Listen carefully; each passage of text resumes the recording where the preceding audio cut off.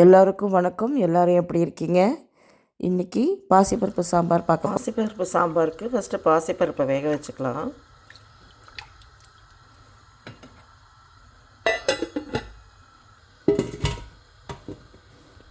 நல்லா ஸ்டீம் வந்துடுச்சு. வெயிட் போட்டுக்கலாம். ஒரு பக்கம் பருப்பு வெந்துட்டுருக்கு. சைட்லேயே நம்ம பாத்திரம் வச்சு அதுக்கு தாளிச்சிக்கலாம். எண்ணெய் ஊற்றிக்கலாம்.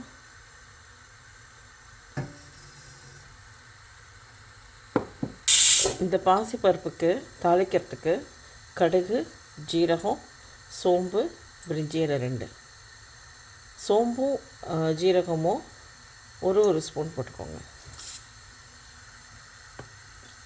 கொஞ்சம் பெருங்காயத்தூள், கருவேப்பிலை, 2 பச்சை மிளகா, வெங்காயம்,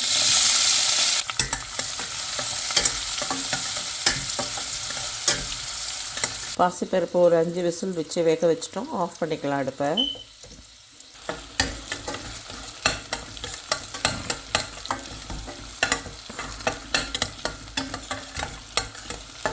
ப்ரெஷர் அடங்கிடுச்சு. பருப்பை எடுத்துக்கலாம்.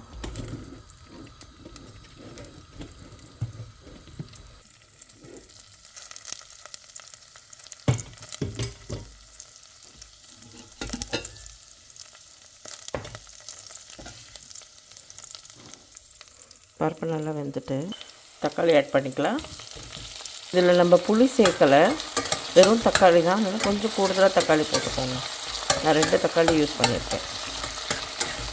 தக்காளி நல்லா வதங்கிட்டு மஞ்சத்தூள், மிளகாய்த்தூள், சாம்பார் பொடி,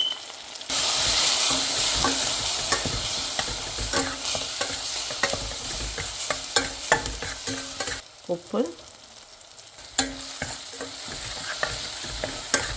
இப்போ இந்த வேக வச்ச பருப்பு ஆட் பண்ணிக்கலாம். பாசிப்பருப்பு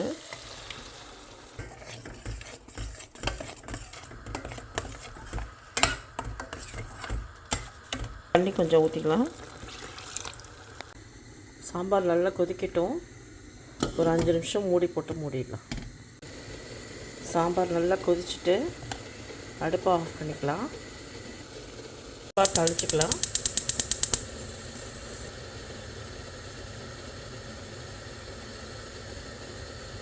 ரெண்டு ஸ்பூன் எண்ணெய் ஊற்றிக்கோங்க. எண்ணெய் நல்லா காஞ்சிட்டு கடுகு, ஜீரகம், ஒரு பிஞ்சு சோம்பு, காஞ்ச மிளகா, கொஞ்சமாக பெருங்காயத்தூள். அடுப்பை ஆஃப் பண்ணிவிட்டு கருவேப்பிலை போட்டுக்கலாம்.